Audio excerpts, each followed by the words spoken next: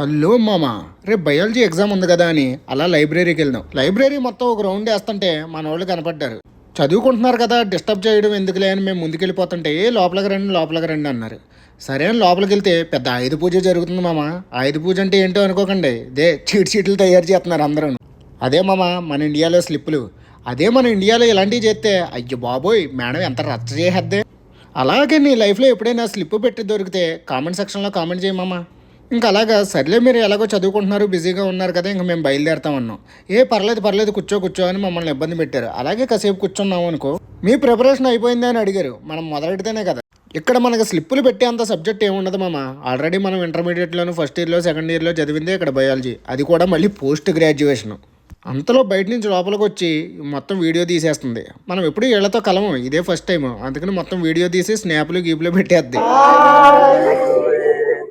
Low-key, my hands are shaky a little right now because I just popped like 5 honey packs. So I'm on edge right now. How was your exam? కాసేపు అలా semester గురించి అలా subjects గురించి discuss చేసుకున్నాం మామ. అదిగో ఆ చివరి ఉంది కదా, ఆ అమ్మాయి కొంచెం నాకు మ్యాథ్స్ నేర్పించవా అంది. భలేదానివి, దాన్నే ఉందా నేర్పిస్తా అన్న. ఎంత తీసుకుంటావు అంది. నాకు ఏ డబ్బులు వద్దులే అన్న. కాసేపు అలా కెమిస్ట్రీ గురించి కూడా డిస్కస్ చేసుకున్నాం. కెమిస్ట్రీ అంటే నువ్వు అనుకునేది కాదు, సబ్జెక్టే. ఇప్పుడు మీకు మోల్స్, మోలార్ మాసులు లాంటి కాన్సెప్ట్లు ఏ క్లాస్లో ఉన్నాయంటావు మామ? ఆ కాన్సెప్ట్లు ఇక్కడ పోస్ట్ గ్రాడ్యుయేషన్లో ఫస్ట్ సెమ్లో ఉంటాయి మామ. ఏంటి షాక్ అయ్యావా? అంతే, ఇది కెనడా మరి. ఈ సబ్జెక్టుల గురించి మ్యాటర్ అంతా అయిపోయాక అప్పుడు బయటపడ్డారు మామ. మీరు తాగుతారా, ఏం తింటారు, నాన్ వెజ్ తింటారా అని. మనమేమో ఏం తినం. ఇంకా అలాగా మీరు ఇండియా నుంచి వచ్చారు కదా, ఇండియాలో ఏ పార్ట్, ఎక్కడ, సదర్న్ పార్ట్, నదర్న్ పార్ట్ అన్నీ అడిగారు మామ. అలాగేదో తెలుసు అనుకున్నాం, కాదు గూగుల్ మహిమే ఇదంతా. వీళ్ళు కూడా అందరూ కెనేడియన్స్ కాదు మామ.